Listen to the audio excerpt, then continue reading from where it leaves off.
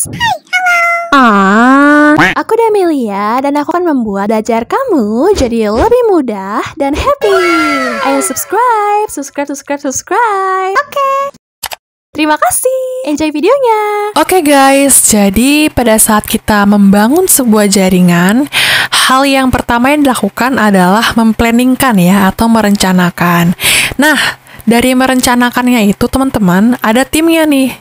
Nah, timnya itu dinamakan dengan tim RF Planning. Nah, jadi si tim-tim ini tuh dalam merencanakan si networknya, dia akan menggunakan beberapa tools ya.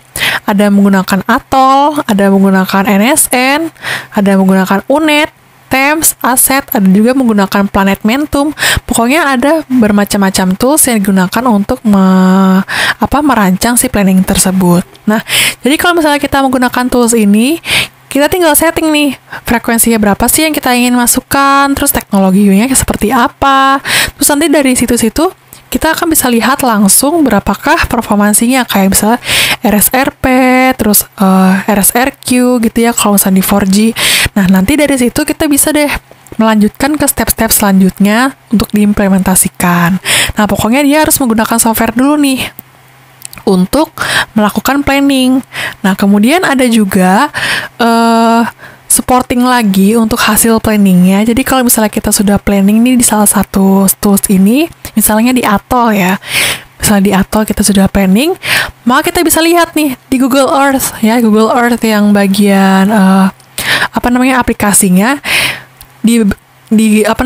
kalau kita lihat secara nyata itu seperti apa sih implementasi punya kita gitu. Nanti pokoknya ini tuh kayak semacam supporting aja lah, supaya kita bisa lihat hasil dari performansi kita tuh seperti apa sih di dunia nyatanya gitu.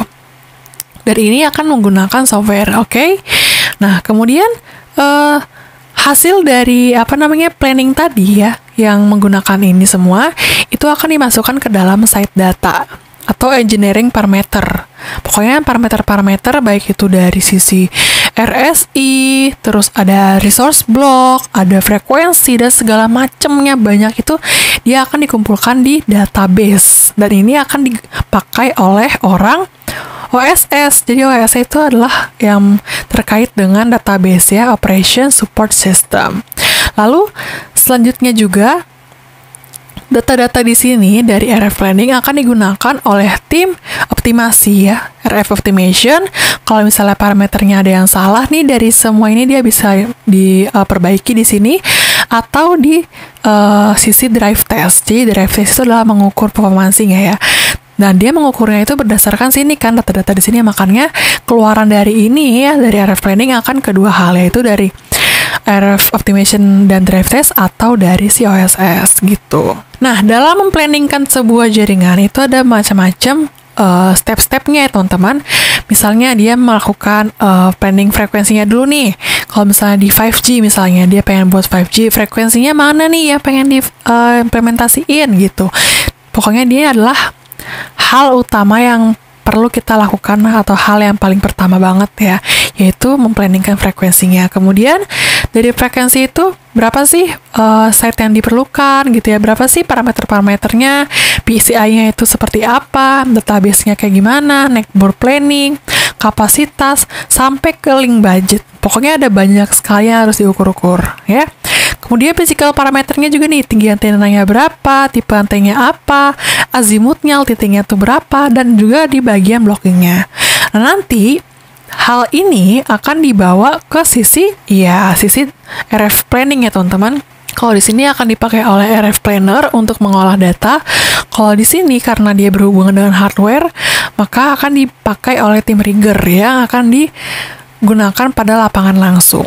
Lanjut kita ke bagian OSS atau BSS yang menghandle tentang data-data. Jadi site data yang tadinya berasal dari RF Planning yang sebelumnya nih, dia akan mengalir ke bagian OSS team, itu akan dipakai pada step yang selanjutnya seperti ini, masuk ke dalam OSS tools, dan dia dilakukan oleh tim yaitu OSS engineer. Nah, dari hasil keluaran dari sini dia akan menghasilkan 4 jenis ya teman-teman, yaitu ada parameter database, ada alarm database, ada capacity, dan utilisasi database, dan ada performansi database. Oke? Dan nanti masing-masing ke semua ini dia akan dikasih lagi nih ke tim RF optimasi, atau tim yang drive test, atau enggak tim yang planning timnya gitu, RF engineer. Oke? Nah, kemudian ini masuk nih ke drive test. Jadi drive test itu kan masuk bisa dari beberapa hal ya, bisa dari OSS tadi ya, dari sini, atau dari planning sini. Oke? Maka dari itu masukan dia tuh ada 2 ya, ada dari sini, ada dari sini. Oke, nah nanti dari sini ya, baik itu dia melakukan mengcapture langsung menggunakan mobil. Jadi kalau misalnya drive test menggunakan mobil tuh, di dalam mobil tuh kita harus siapin laptop ya teman-teman, yang sudah terinstall aplikasi TEMS. Terus di sini di mobil tuh dikasih kayak macam GPS gitu. Jadi GPS ini akan menandakan di mana sih kita berada. Lalu kita di mobil itu jalan-jalan gitu menuju rute yang sudah kita tentukan untuk mengukur performansinya, apakah bagus atau enggak. Dan ini saya sudah nyoba teman-teman. Seru banget sih waktu itu ya, saya sama teman-teman saya nyoba pakai drive test ini, seru banget sih. Selain drive test juga walk test ya. Nah kalau walk test itu videonya ada di bagian optimasi jaringan. Kalau drive test saya belum bikin videonya sih, karena kan itu kan nggak ada kameranya sih sebenarnya saya tuh. Kalau ada mah langsung aja videoin. Masalahnya itu nggak ada kamera, dan kamera HP itu lagi dipakai untuk capture sih kegiatan kita di sini gitu. Jadi ya gitulah. Pokoknya setelah dia melakukan pengcapturean menggunakan mobil ini, dan juga mengambil data-data ya dari database tadi, maka dia bisa melakukan atau menganalisa di sini secara singkat saja dan menghasilkan hasil yang akan dikirim ke RF optimasi. Dan drive testnya itu bisa menggunakan beberapa macam itu ya tools. Kalau saya kemarin tuh pakai TEMS, tapi ada juga pakai Nemo, Prop, atau Investigation. Tapi yang paling populer sih biasanya TEMS. Lalu ada rigger, seperti yang kita tahu bahwa rigger itu kan dia bekerja di lapangan ya. Kalau misalnya ada antena yang ingin di down tilt ya, atau azimut itu pengen dirubah-rubah, maka ada tim yang benar-benar langsung manjat ke site-nya itu untuk memiringkan si antena ini atau mengubah si tiltnya. Dan itu dilakukan oleh rigger. Jadi rigger itu benar-benar langsung ke lapangannya ini, mengecek kondisi site-nya, site audit. Ya, site audit. Jadi site audit adalah mengumpulkan informasi dari site ini. Lalu dia juga memperbaiki langsung di tempat ini. Jadi kalau site-nya itu panjangnya 40 meter, ya 40 meter dia panjat ya dari bawah sampai atas. Dan nanti hasilnya juga akan dibawa ke RF optimasi. Pokoknya RF optimization itu adalah ujung tombak dari segala macam network ya teman-teman, baik itu dari drive tester, dari OSS, dari rigger atau planning. Pokoknya dia semua masuk ke dalam RF optimization, data-datanya itu. Nah makanya kerjaan dari si RF optimization itu agak lumayan berat ya, karena mereka harus menghandle ke masing-masing sebelah sini. Jadi ini kasih data nih, kayak begini terus gimana dong, analisa dong, ini juga ngasih data, ini juga ngasih data. Nah, maka dari itu kita perlu mengetahui nih cara menganalisanya gitu loh. Oke? Jadi bagian RFO ini itu adalah finalisasi dari semua data, di mana dia akan menganalisa dan memberikan solusinya ke seluruh tim gitu, supaya networknya tuh lebih bagus. Oke?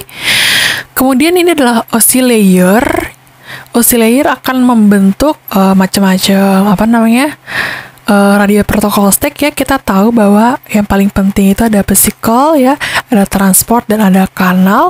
Dan dalam memplanningkan itu kita juga memperhitungkan ketiga hal ini. Kalau physical kanal, kalau logical kanal dulu deh. Logical kanal itu terdiri dari 2 jenis ya teman-teman. Ada traffic, ada kontrol. Ini bagian signaling, ini bagian data.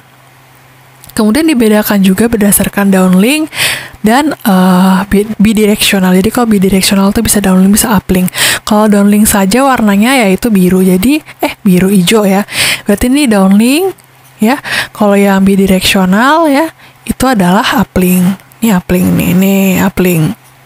Bisa uplink, bisa downlink, tapi kalau yang hijau hanya bisa downlink saja. Dan ini juga perlu kita perhitungkan. Ada perhitungannya nih untuk menghitung BCCH-nya itu berapa, PCCH-nya itu berapa ketika kita ingin memplanningkan sebuah site ya dari logical canal. Oke, selain logical canal ya, ada transport dan ada physical. Nah, kalau transport itu seperti ini ya, ada dua jenis juga, ada common dan ada dedicated, dan dibagi menjadi beberapa alur ya, ada downlink, ada uplink. Lalu ini adalah bagian physical kanalnya. Oke, ada common, ada dedicated. Kalau common juga dibagi lagi dari physical kanal, physical channel dan physical signaling berdasarkan downlink dan uplinknya. Oke. Nah, jadi ketiga hal tersebut itu merupakan fondasi yang sangat-sangat penting ketika kita ngomongin tentang jaringan 4G ya, yaitu dari physical, transport, logical. Jadi di sini adalah protokol stack ya teman-teman ya, yang sudah saya bikin videonya, tinggal teman-teman tonton aja. Oke, sekian dulu materi tentang RNO kita pada video kali ini. Selanjutnya kita akan membahas cara menghitung RF planningnya.